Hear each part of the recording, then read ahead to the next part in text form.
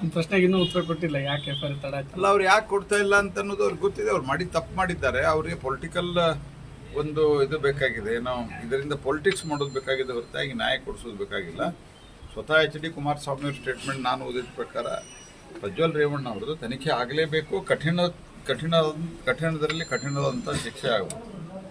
ಆದರೆ ರೇವಣ್ಣವರ ಅರೆಸ್ಟದ ವಿಷಯದಲ್ಲಿ ಏನೇನಾಗಿದೆ ನೋಡಿದ್ದೀವಿ. ಮತ್ತು ನಾನು ಮುಖ್ಯಮಂತ್ರಿ ಕೇಳ್ತೇನೆ ಇವತ್ತು, ನಿಮಗೊಂದು ಸ್ವಲ್ಪ ಆದರೂ ಧೈರ್ಯ, ನೈತಿಕ ಧೈರ್ಯ ಇದ್ದರೆ, ಮತ್ತು ಡಿ ಕೆ ಶಿವಕುಮಾರ್ ಅವ್ರಿಗೆ ಹೇಳ್ತೇನೆ, ಈ ಉತ್ತರ ಕೊಟ್ಟು 21ಕ್ಕೆ ಕ್ಲಿಪ್ಪಿಂಗ್ ಹೊರಗೆ ಬಂದದ್ದು. ಅಲ್ಲಿ ದೂರದ ಹಾಸನ ಮಂಡ್ಯದಿಂದ ಶುರುವಾದಂಥದ್ದು, ದೂರದ ಹುಬ್ಬಳ್ಳಿ ಧಾರವಾಡದಲ್ಲಿ ಕೂಡ ಅನೇಕರ ಕ್ಲಿಪ್ಪಿಂಗ್ ನೋಡಿದ್ದಾರೆ. ನೀವು 22ನೇ ತಾರೀಕು ಯಾಕೆ ಫೈಲ್ ಮಾಡಲಿಲ್ಲ ಎಫ್ ಐ ಆರ್? ಅವ್ನು ಯಾಕೆ ಡಿಟೈನ್ ಮಾಡಲಿಲ್ಲ? ಪ್ರಜ್ವಲ್ ಅವ್ರನ್ನ ಯಾಕೆ ಡಿಟೈನ್ ಮಾಡಲಿಲ್ಲ? ನೀವು ಯಾಕೆ ಅವ್ರನ್ನ ಅರೆಸ್ಟ್ ಮಾಡಲಿಲ್ಲ?